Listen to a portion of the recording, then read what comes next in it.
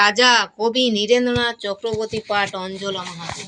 সবাই দেখছে যে রাজা উলঙ্গ, তবুও সবাই হাততালি দিচ্ছে, সবাই চেঁচিয়ে বলছে সাবাস সাবাস।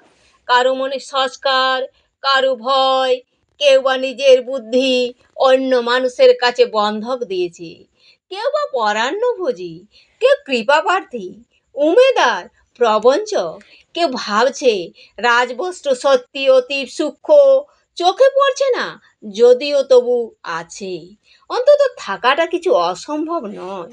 গল্পটা সবাই জানে, কিন্তু সেই গল্পের ভিতরে শুধুই প্রশস্তি বাক্য, উচ্চারক কিছু আপাদ মস্তক ভীতু।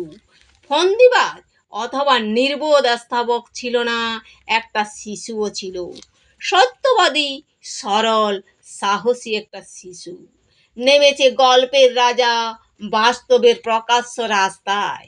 আবার হাততালি উঠছে মুহুর্মুহু, জমে উঠেছে স্থাবক বৃন্দের ভিড়, কিন্তু সেই শিশুটিকে আমি ভিড়ের ভিতর আজও কোথাও দেখছি না।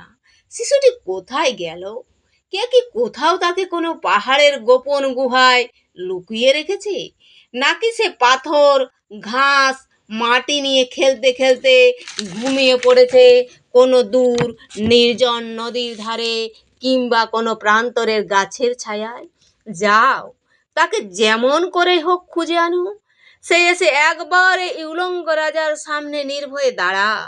সে এসে একবার এই হাততালি ঊর্ধ্বে গলা তুলে জিজ্ঞাসা করুক, রাজা তোর কাপড় কোথায়?